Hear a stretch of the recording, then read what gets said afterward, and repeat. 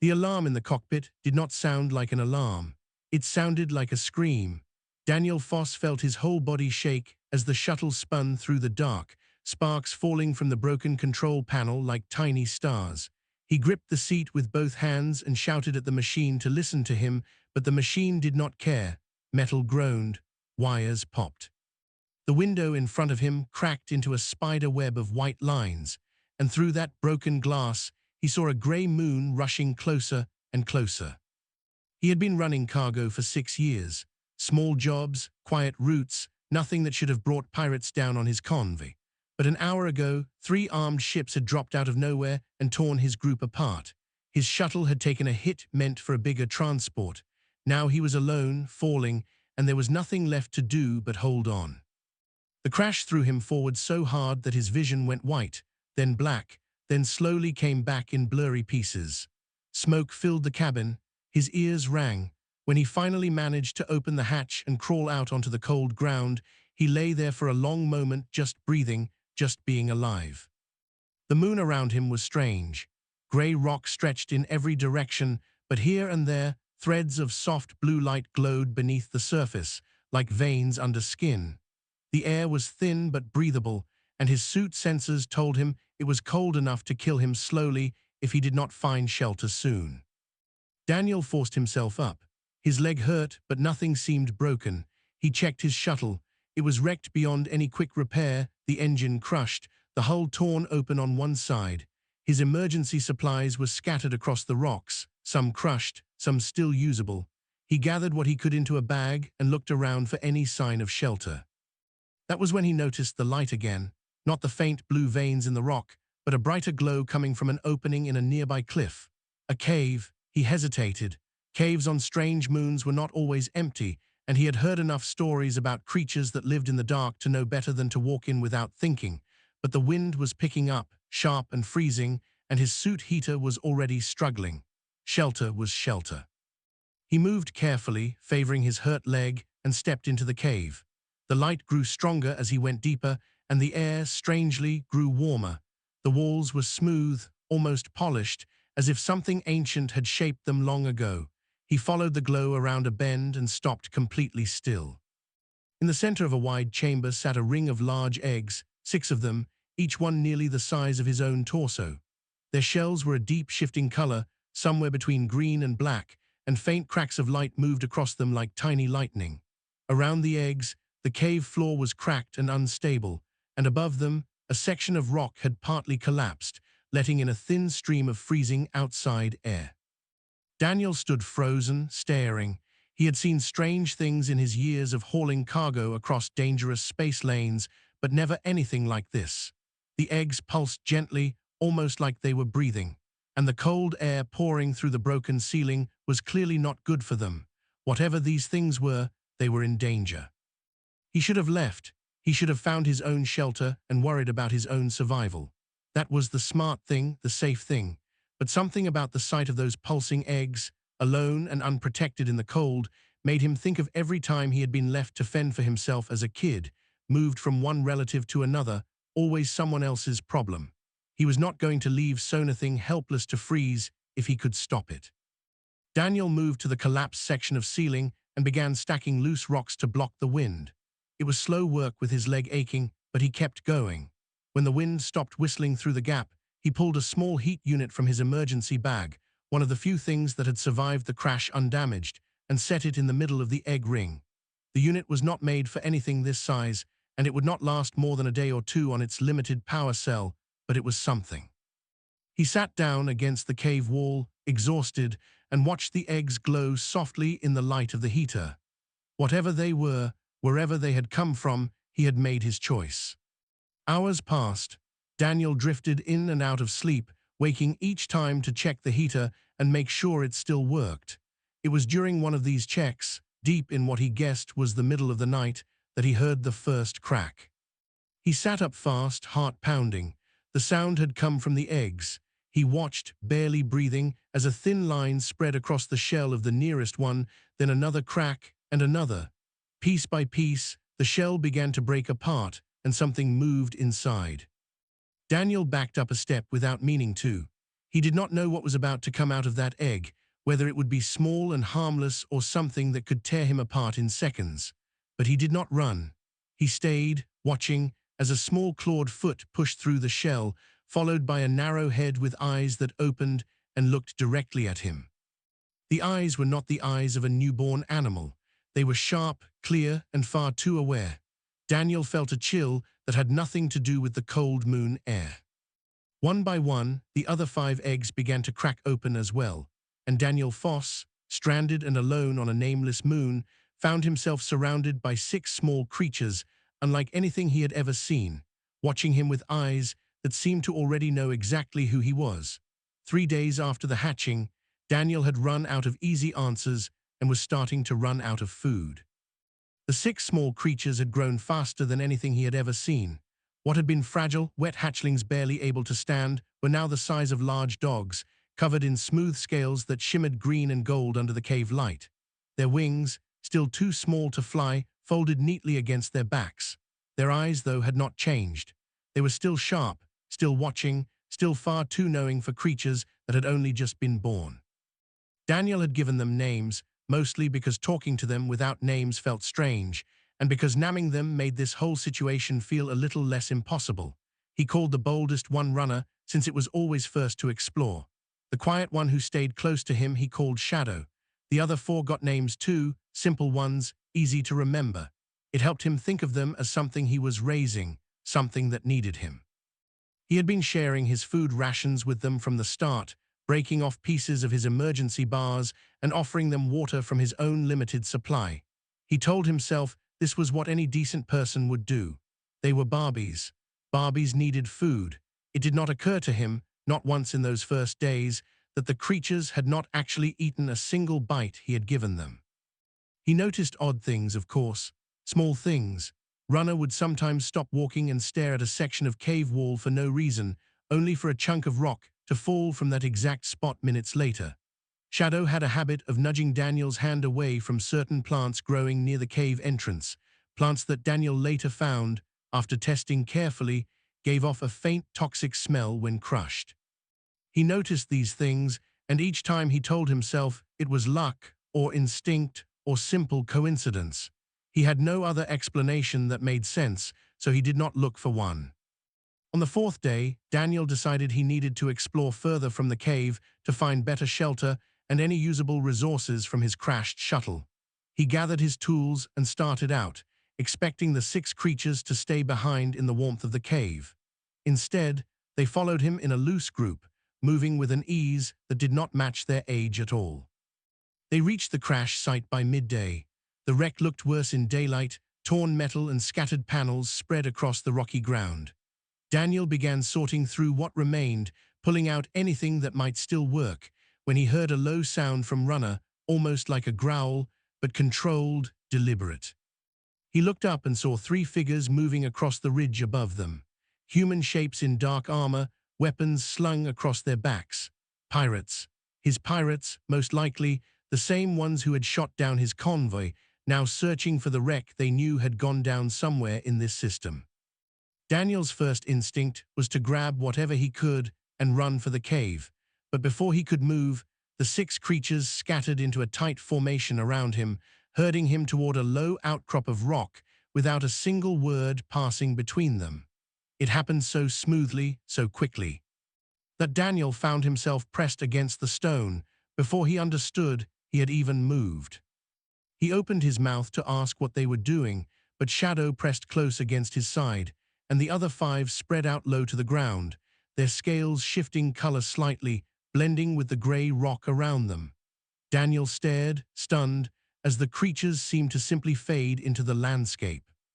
The pirates passed within 30 feet of them, scanning devices sweeping the area, voices crackling through short-range radios. Daniel held his breath. He could hear pieces of their conversation, something about a missing shuttle and orders to search every cave in the region. His body went cold. If they found the cave, they would find the shelter he had built, and they would know someone was here. But the pirates moved on, following a different path along the ridge, their voices fading into the distance. Only when the sound had completely disappeared did Runner finally stand up and shake out its wings, as if nothing unusual had happened at all. Daniel sat back against the rock, his heart still pounding. He looked at the 6 creatures around him, creatures he had been feeding, warming, and protecting for days, and for the first time, a strange thought crossed his mind. They had not needed his warning to know danger was coming. They had known before he did. He pushed the thought aside. It was easier to believe they were simply smart animals with good instincts than to consider anything stranger. He gathered the last of the useful supplies from the wreck and started back toward the cave, the 6 creatures falling into step around him like a small, quiet escort. That night, as Daniel lay by the fire he had built from scavenged materials, he watched the creatures settle down to rest, still curled close around him the way they always did. He told himself again that he was the one taking care of them, the one keeping them alive out here in the cold and the dark. He almost believed it.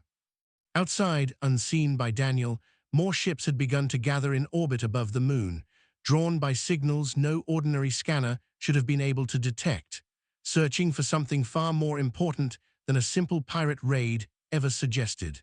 The attack came at dawn, if you could call the pale grey light of that moon a dawn at all. Daniel woke to Shadow pressing hard against his side, pushing him toward the back of the cave with a strength that should not have belonged to a creature that had hatched barely a week ago. He stumbled up, grabbing his tool bag on instinct, and heard it then, a low whine of engines outside, growing louder, closer, not the search party from before, something bigger. He reached the cave entrance in time to see 2 armored figures dropping down from a small transport craft, weapons already raised. They had found the cave after all. Daniel's mind raced through his limited options, none of them good, when Runner moved past him so fast it was almost a blur. What happened next did not make sense to Daniel, not in the moment and not for a while after.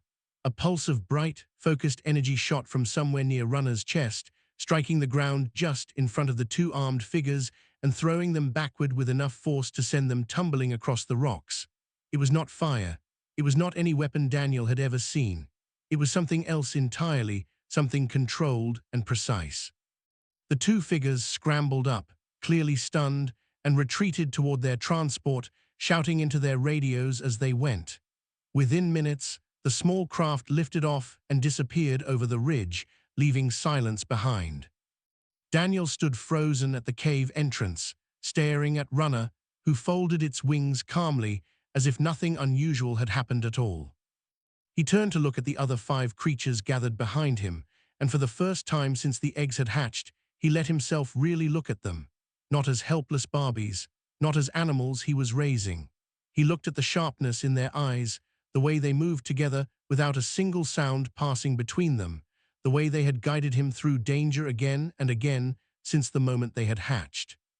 "What are you?" he said quietly, not really expecting an answer. To his shock, he got one. Shadow stepped forward, and its jaw moved in a way that looked stiff and unnatural, like a muscle being used for the first time. When it spoke, the voice was quiet, careful, each word placed with effort. "We are Draventh," it said. "We were not born helpless. We were made this way on purpose, so you would not be afraid of us at first." Daniel felt his knees go weak. He sat down hard on a nearby rock, staring at the small dragon-like creature in front of him. "You can talk." "We have always been able to learn quickly," Shadow said. "It is part of what we are built to do." Daniel shook his head, trying to make sense of what he was hearing. "Built? You mean someone made you on purpose?" "Yes," Shadow said. "Long ago, an alliance of many peoples created our kind to protect certain individuals, ones who matter greatly to the balance of power across many worlds. We are placed as eggs near those individuals when the danger to them becomes too great. We grow fast. We learn fast. We are meant to guard, not to be guarded." Daniel's mind went back over the last several days, every strange thing he had brushed aside. The way Runner had sensed the falling rock before it fell, the way Shadow had steered him away from the poison plants, the way all 6 of them had hidden him from the first search party with no warning needed. He had thought he was protecting them the whole time. He had been wrong. "You didn't need my food," he said slowly, "or my heater." "No," Shadow admitted, "but it was kind of you to offer it. Most who find our eggs do not stop to help. That mattered to us, even if we did not need it. Daniel let out a short, disbelieving laugh, though there was no humor in it. So this whole time, I thought I was saving 6 lost Barbies, and really you were the ones sent here to protect me. Yes, Shadow said simply. Protect me from what? Shadow's eyes, calm and steady, held his. From the same people who attacked your convoy.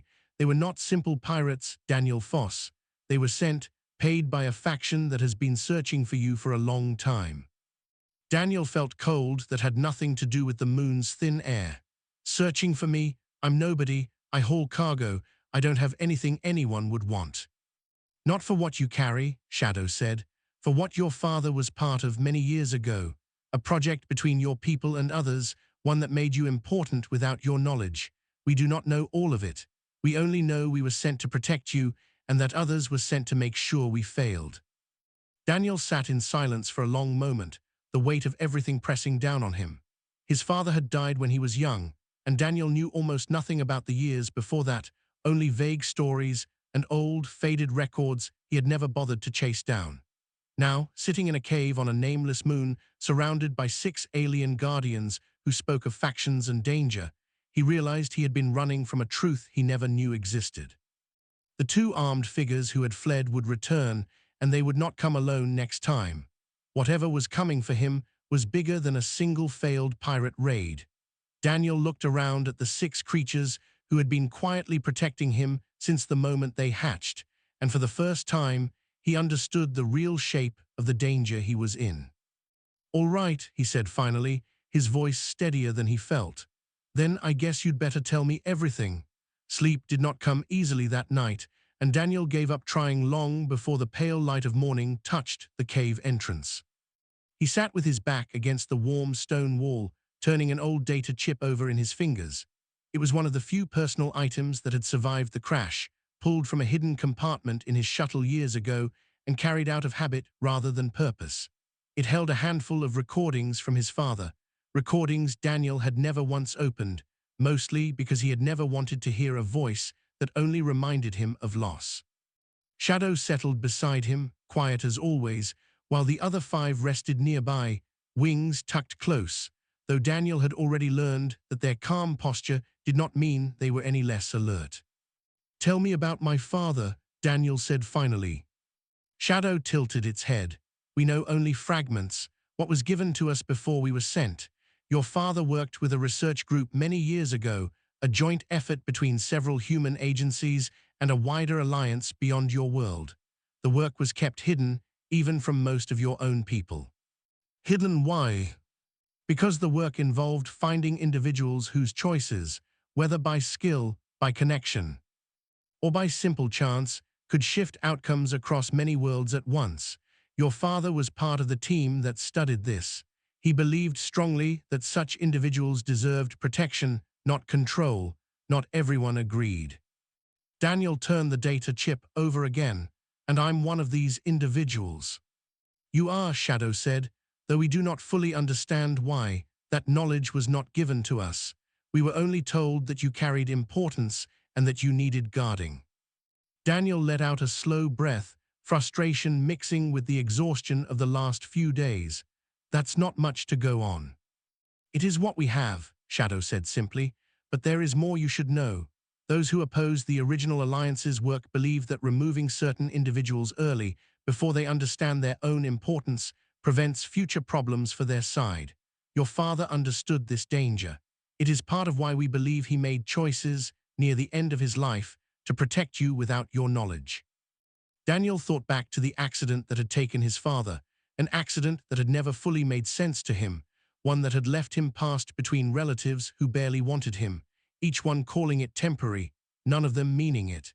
He had built his entire life around depending on no one, around learning to survive with only what he could carry and only what he could fix with his own 2 hands. It was strange, sitting here now, learning that the very isolation he had built his identity around might have been shaped by forces far outside his understanding. So the people who attacked my convoy, Daniel said slowly, they weren't just after cargo. No, Shadow said, The attack was aimed at removing you before we could reach you. It is likely they tracked signals connected to your father's old research, signals your shuttle carried without your knowledge. When we did not arrive in time to stop the attack outright, we were forced to reach you after the crash instead, which is why you found us as eggs rather than fully grown. Daniel sat with that for a long moment. Every assumption he had built about his own life, his own ordinary struggles, now felt like a thin layer over something much larger and much older. He had thought he was simply unlucky, a man who had lost his father young and never quite found solid ground since. Instead, he had been a target his entire life, watched and protected by forces he never knew existed, right up until the moment 6 eggs had been placed in a cave on this very moon, waiting for exactly this crash to happen. Why didn't they just tell me, he asked, more to himself than to Shadow. Why let me grow up not knowing any of this? Knowledge before it is needed can be as dangerous as ignorance, Shadow said. Those who know too much too soon sometimes become targets before they are ready to defend themselves. Your father chose silence to keep you safe for as long as possible. We believe that choice cost him greatly. Daniel closed his hand around the data chip, feeling its weight in his palm differently now than he had an hour ago. He thought of every year spent believing his father's death was simply bad luck, a random accident with no larger meaning. Now that comfortable, simple grief had cracked open into something far more complicated. He looked over at the 6 creatures resting around him, creatures he had once believed were helpless Barbies in need of his protection. They had grown so much in such a short time, both in size and in the strange, quiet trust that had built between them and him. He thought of Runner throwing itself between him and armed attackers without hesitation. He thought of Shadow getting him away from danger before he even understood it was there. They had not needed him to survive, but somehow, in choosing to protect them anyway, believing they were the helpless ones, Daniel had earned something from them that no order or programming alone could have created. A real bond, built not on duty, but on the simple fact that he had cared for them before he ever knew what they truly were. They'll come back, Daniel said quietly. Whoever sent those men, they won't stop just because one attempt failed.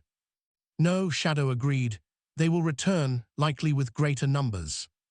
Daniel nodded slowly, feeling something shift inside him, fear settling into something steadier, something closer to resolve. He had spent his whole life running, fixing broken things alone, trusting no one because no one had ever stayed.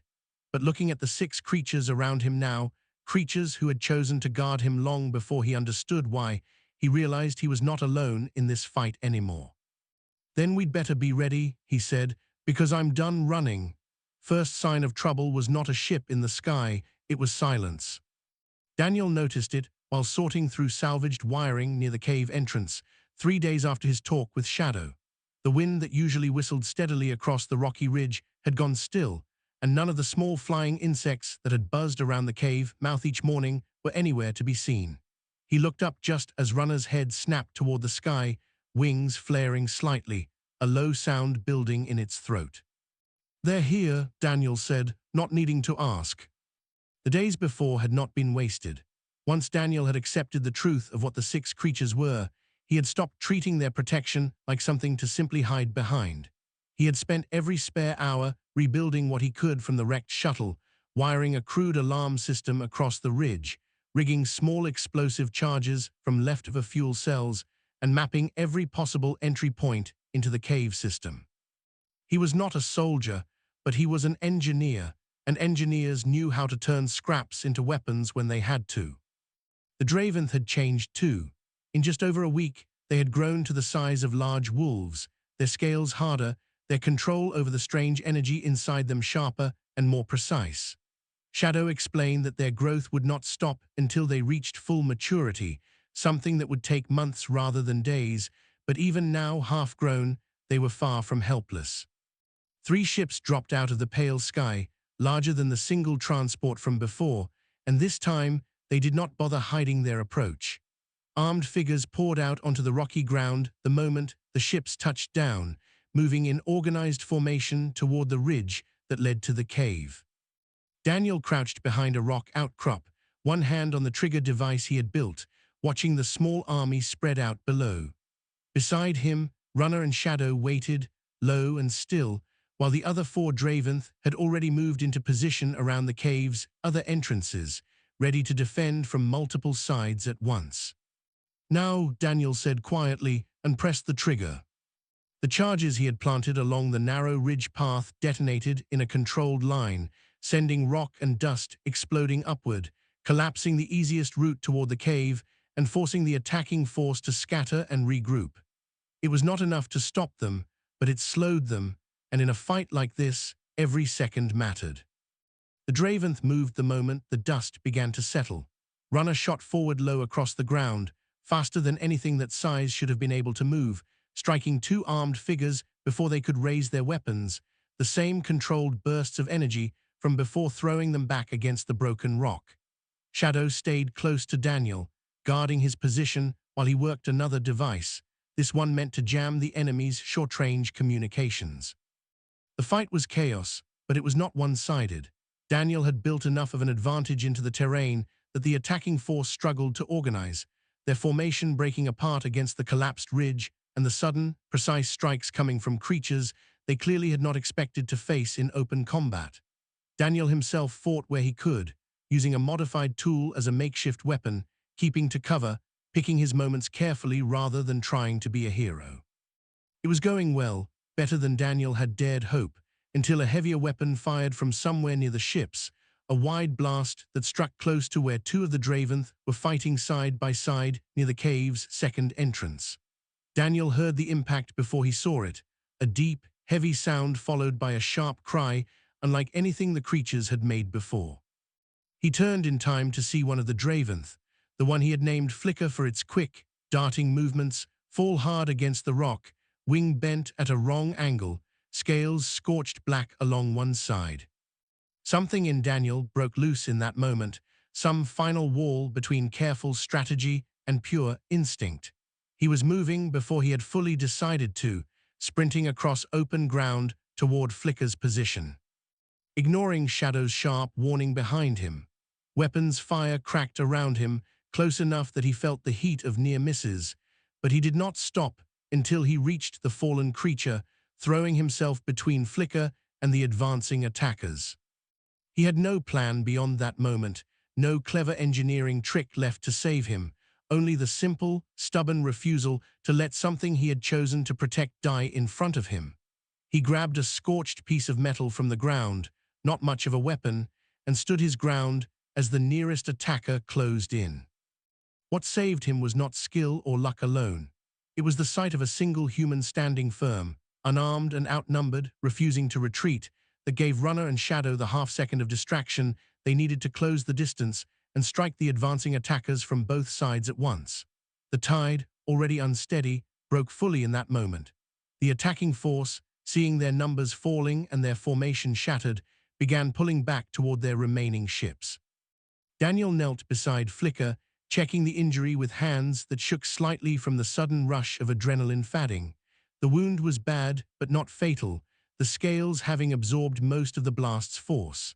Shadow arrived a moment later, pressing close, while the other Draventh finished driving off the last of the retreating attackers. As the enemy ships lifted off, damaged and diminished, retreating back into the pale sky, Daniel sat back against the rock, breathing hard, one hand still resting protectively on Flicker's uninjured side. "You should not have run out like that," Shadow said quietly, though there was something in its voice that was not quite scolding. "Yeah, well," Daniel said, managing a tired, uneven smile. "Guess I'm still figuring out how this whole being protected thing works." Above them, the sky remained empty for now, but Daniel knew, as he looked at the damaged ridge and the 6 creatures gathered close around him, that this had only been the beginning of a much larger fight. The signal came through 2 days later, faint and crackling, but unmistakably real. Daniel had been repairing the last working piece of his shuttle's communication array, more out of habit than hope, when the small screen flickered to life with a string of coordinates and a short, official message. His original convoy, or what remained of it, had finally traced the wreckage of his shuttle and sent a rescue beacon response. A recovery ship was inbound, still several hours out, but coming. He sat back on the cold rock, staring at the message for a long moment before letting out a breath he had not realized he was holding. Rescue. After everything, actual rescue.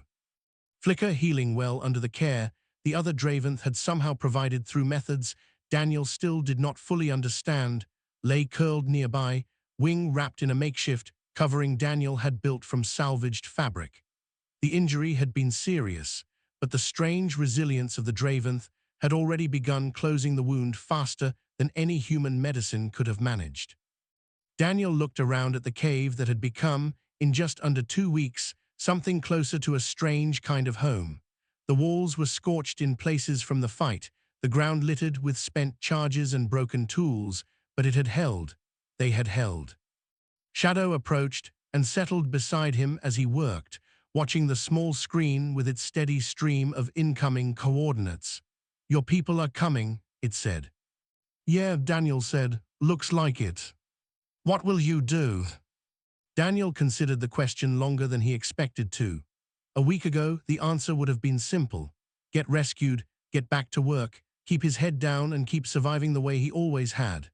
But a week ago, he had not known about hidden research projects, or factions hunting individuals across the stars, or 6 creatures capable of speech and strategy hatching from eggs meant to protect him. "I don't know exactly," he admitted, "but I know I'm not just going back to hauling cargo and pretending none of this happened." "That is wise," Shadow said.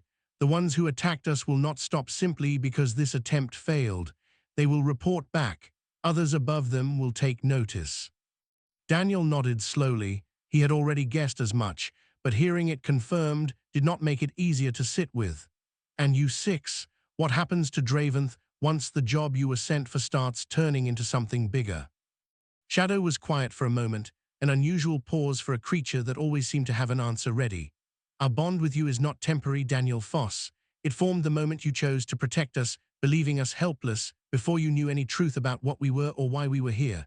That choice matters more than you understand.